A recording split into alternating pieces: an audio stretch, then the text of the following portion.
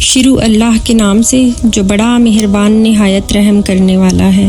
جو چیزیں آسمانوں میں ہیں اور جو زمین میں ہیں سب اللہ کی تسبیح کرتی ہیں، اور وہ غالب ہے، حکمت والا ہے۔ وہی تو ہے جس نے کفار اہل کتاب کو پہلی لشکر کشی میں ہی ان کے گھروں سے نکال دیا۔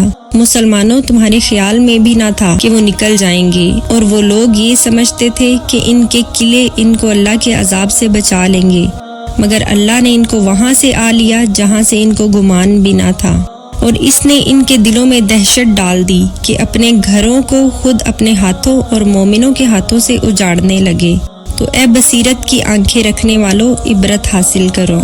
اور اگر اللہ نے ان کے بارے میں جلا وطن کرنا نہ لکھ رکھا ہوتا تو ان کو دنیا میں بھی عذاب دے دیتا، اور آخرت میں تو ان کے لیے آگ کا عذاب تیار کر ہی رکھا ہے۔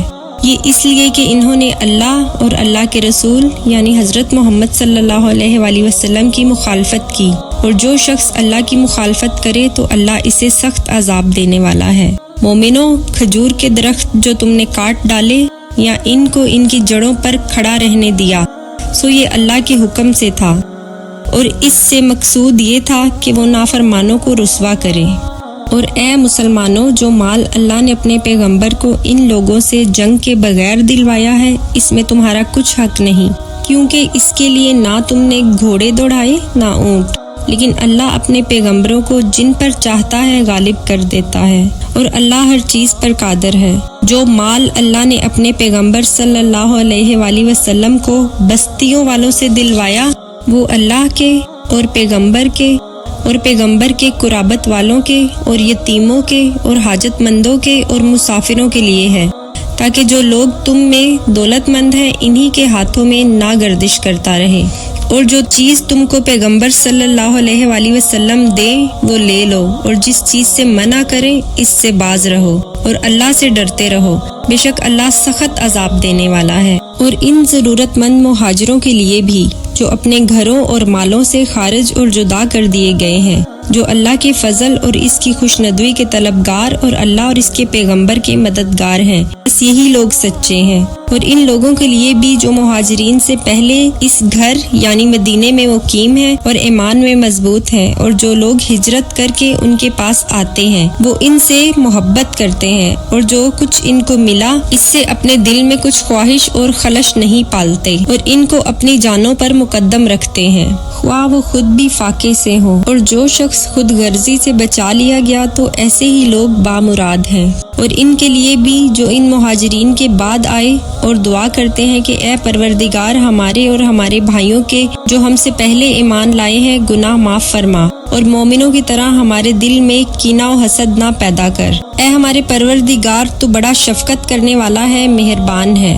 کیا تم نے ان منافقوں کو نہیں دیکھا جو اپنے کافر بھائیوں سے جو اہل کتاب ہیں کہا کرتے ہیں کہ اگر تم جلا وطن کیے گئے تو ہم بھی تمہارے ساتھ نکل جائیں گے، اور تمہارے بارے میں کبھی کسی کا کہا نہ مانیں گے، اور اگر تم سے جنگ ہوئی تو تمہاری ہی مدد کریں گے، مگر اللہ ظاہر کیے دیتا ہے کہ یہ جھوٹے ہیں۔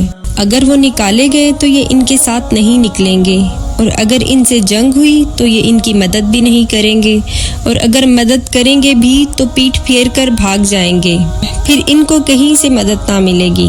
مسلمانوں، تمہاری ہیبت ان لوگوں کے دلوں میں اللہ سے بڑھ کر ہے، یہ اس لیے کہ یہ سمجھ نہیں رکھتے۔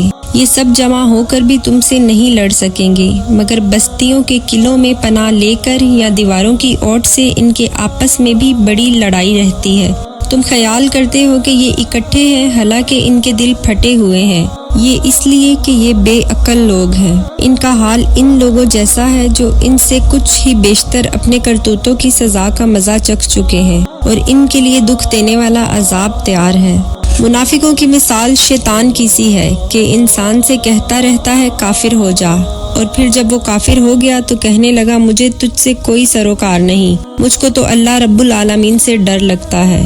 تو دونوں کا انجام یہ ہوا کہ دونوں دوزخ میں جائیں گے اور ہمیشہ اس میں رہیں گے، اور بے انصافوں کی یہی سزا ہے۔ اے ایمان والو، اللہ سے ڈرتے رہو، اور ہر شخص کو دیکھنا چاہیے کہ اس نے کل یعنی آخرت کے لیے کیا سامان بھیجا۔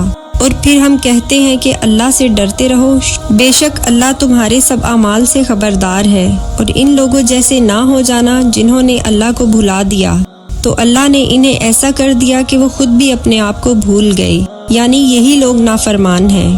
اہل دوزخ اور اہل بہشت برابر نہیں، اہل بہشت ہی کامیابی حاصل کرنے والے ہیں۔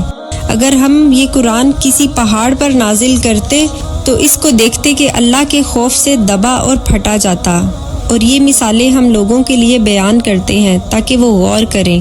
وہی اللہ ہے جس کے سوا کوئی معبود نہیں، پوشیدہ اور ظاہر کا جاننے والا، وہ بڑا مہربان ہے، نہایت رحم کرنے والا ہے۔ وہی اللہ ہے جس کے سوا کوئی عبادت کے لائق نہیں، بادشاہ حقیقی، ہر عیب سے پاک، سلامتی دینے والا، امن دینے والا، نگہبان، غالب، زبردست بڑائی والا۔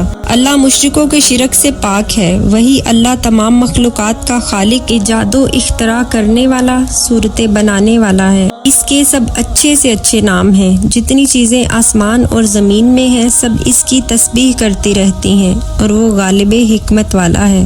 صدق اللہ العظیم۔